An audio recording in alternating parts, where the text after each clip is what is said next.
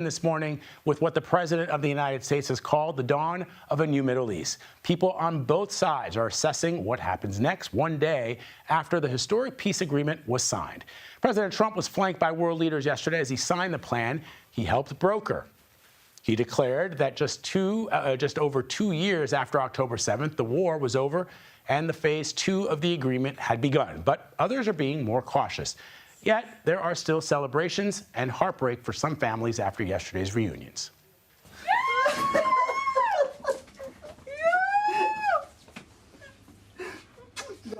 So those are some of the joyous moments when people are reunited, but there are also families of some of the hostages who did not survive their time in captivity, still awaiting their return. But for those who did, and who were freed yesterday, the long process of healing begins. This morning, our Tony DeCopo spoke with the brother-in-law of a former hostage reunited with his family. There's a picture that we were just showing of Omri embracing your sister, and you can see the joy on his face. What was her reaction on first seeing him? Lishai just screamed when she saw him. She showed him a video of the girls before he met them in Ichilova Hospital, and then that reunion happened. And she was so excited that they recognized him, he recognized them, and that they immediately had that father-to-daughter's bond that was missing in the past 2 years.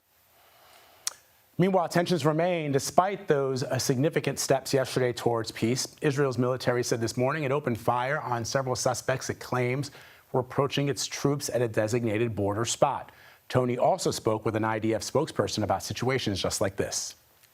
What happens if there is an attack on Israeli soldiers, but not from Hamas in some official capacity, but from a subgroup or a splinter group or some other clan?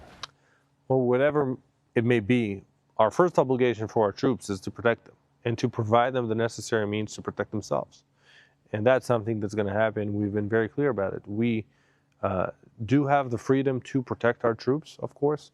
We have the freedom to act in self-defense and the freedom to act against immediate threats to our troops on the ground. That is something that is still real, no matter who it may be. Whether it's Hamas or any other group within the Strip. No matter who it may be, if someone is approaching our troops with an RPG, we're going to act against them, not sit there like ducks, obviously. That's All right, for more on this, I want to bring in CBS News reporter Haley Ott, who's been following developments for us from Tel Aviv and joins us now. So, Haley, what more can you tell us about this incident? And I guess the question, of course, everyone will have is, it does appear for now that the ceasefire is holding. Is that your assessment as well? Yes, I mean, in general, the ceasefire is holding, but as you said, there was this incident earlier today. The IDF said that it had identified a number of suspects crossing that yellow line in northern Gaza. That's the line that Israeli troops have withdrawn behind there. The suspects approached the IDF troops. Israel says that constituted a violation of the agreement, and after trying to distance the subjects, the IDF said Israeli troops opened fire on them. The incident does not appear to have escalated into anything more, but obviously it's a fragile situation. Another issue, Vlad, I just want to say, is the fact that only 4 hostage bodies were released yesterday. We've been talking about all the remaining hostages being returned to Israel under this deal. That's the living hostages that we heard in that clip that you just played. 20 of those living hostages came home yesterday, but also the remains of the deceased hostages, and that number was 28. Only 4 were returned yesterday. Israel's defense minister said yesterday that the return of those 4 sets of remains was a violation of the agreement. And the Hostage Family Forum, which is the group that represents the hostage families, called for the suspension of the implementation of the agreement until all 28 bodies are returned. So that is causing issues here. The Israeli government is putting pressure on Hamas to return more of those remains as soon as possible. So, Haley, let's talk about a day on from those scenes of joy, because we know all 20 living hostages were returned to Israel.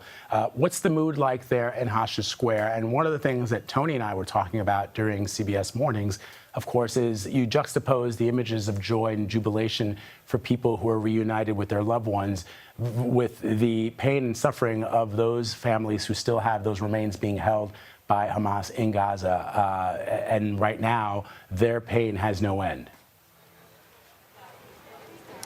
Yeah, so we're currently in Hostage Square. I mean, if you were watching yesterday, it probably looked a lot different. There are many fewer people here today, but it's a holiday here. People are spending time at home with their families, their loved ones, and just processing in private what it means that this 2-year chapter seems to have finally come to something of an end.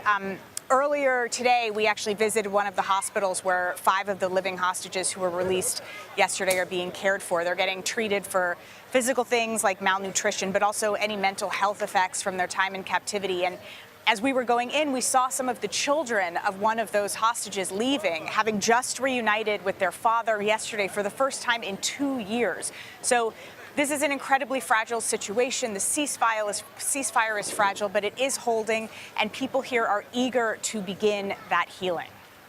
All right, Haley Ott reporting from Hostage Square for us this morning. Haley, thank you very much. Appreciate it. Let us bring in CBS News correspondent Natalie Brand, who's joining me from the White House to talk more about this. President is back at the White House. Natalie, what did he have to say? Vlad, he spoke to reporters overnight on Air Force One as he was returning back to Washington and, of course, celebrated what was such a historic day. But he was also asked by reporters about the challenges ahead, the future governance of Gaza, the push by Arab nations and allies for a 2-state solution. Here's what he had to say when pressed on that. We're talking about rebuilding Gaza. I'm not talking about single state or double state or 2-state. We're talking about the rebuilding of Gaza. A lot of people like the 1-state solution. Some people like the 2-state solutions. We'll have to see. I haven't commented on that.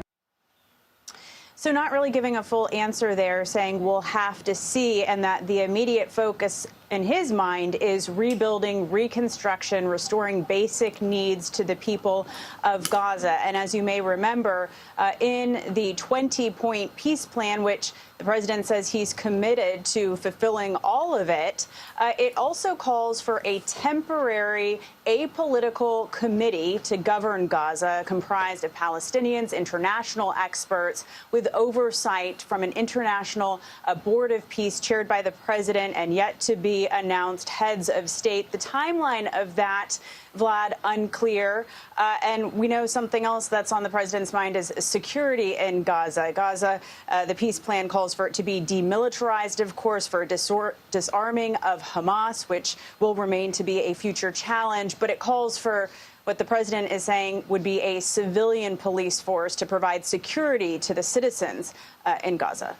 Yeah, it's such an important point that you're raising there, Natalie, because as the president rightfully takes a victory lap, this was a huge, momentous achievement for the president of the United States that he personally helped bring across the finish line after months of and 2 years of bloodshed. But as you know, ensuring that the next phase and the phase after that has some sort of a timeline is crucial to maintaining peace and stability. In that part of the world, anytime a leader, a president of the United States, a prime minister of Israel takes their foot off the pedal, bad things happen. So the question, of course, is, has the White House established any kind of timeline for this peace council with the president at the head of it?